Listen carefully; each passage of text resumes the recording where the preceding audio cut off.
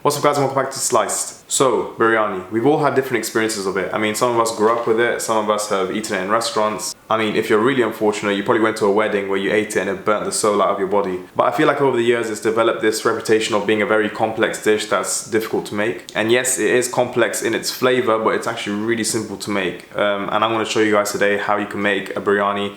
I'm going to show you the simplest way I can think of, and you can go ahead and try it yourself.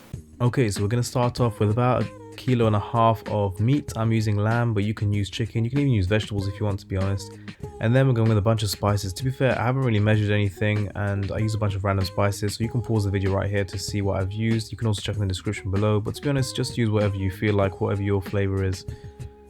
And then we're going to use 3 brown onions along with some rice. It's really important to get the best quality rice that you can afford. You don't want to get that sort of plain white cracked looking rice. It should be really nice, plump grains. They should have like a sort of creamy yellowish kind of hue to it, and that shows that it's been aged and matured properly. That's really important.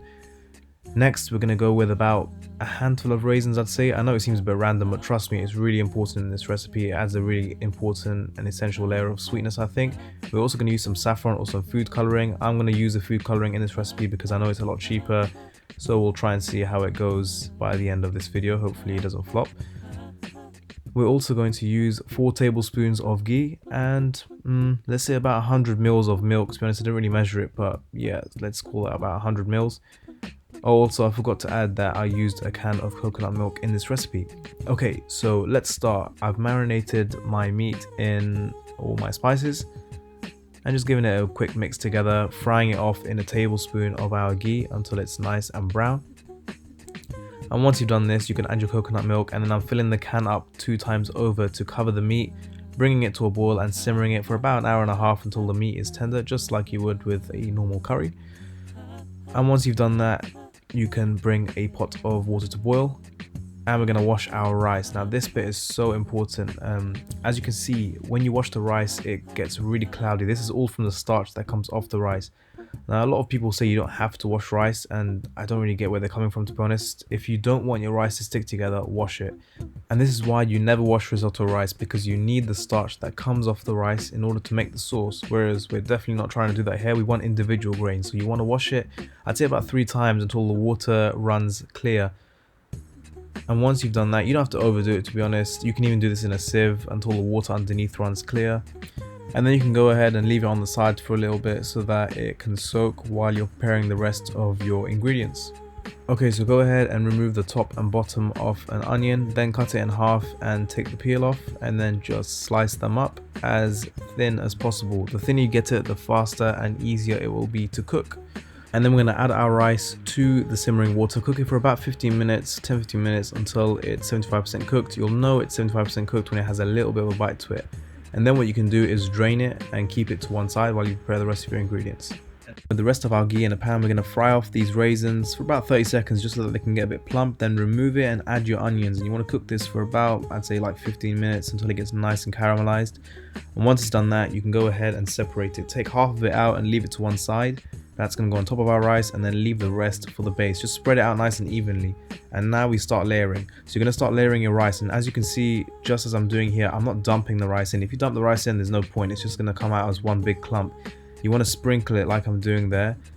And as you can see, the grains of rice are staying very separate, and this is going to show when you sort of turn out the dish at the end. It's going to be so much better. Next, you want to layer it with your curry. Make sure you get a bit of the sauce in there, not too much, otherwise it will kind of drown the rice, but the rice still needs to do a bit more absorption, so definitely add a bit of that sauce in it. Just sprinkle it in like so. And once you've got a nice layer, then just do the same thing, sprinkling some more rice on top, just like that. Another layer of curry, and then another layer of rice.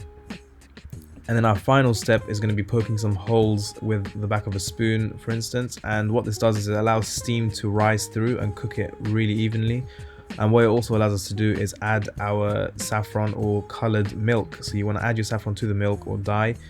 I mean, to be honest, this kind of flopped. The red dye that I used didn't really work that well. So, I mean, well, it's better me to make the mistake than you, right? So yeah, definitely use saffron. I know it's expensive, but if you really can't afford it, then just use a really powerful red dye, because I feel like it didn't really make much of a difference in this recipe. Anyway, we're going to top off the rest with the caramelized onions and the raisins.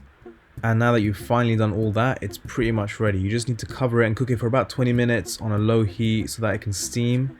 And this is what you should be left with.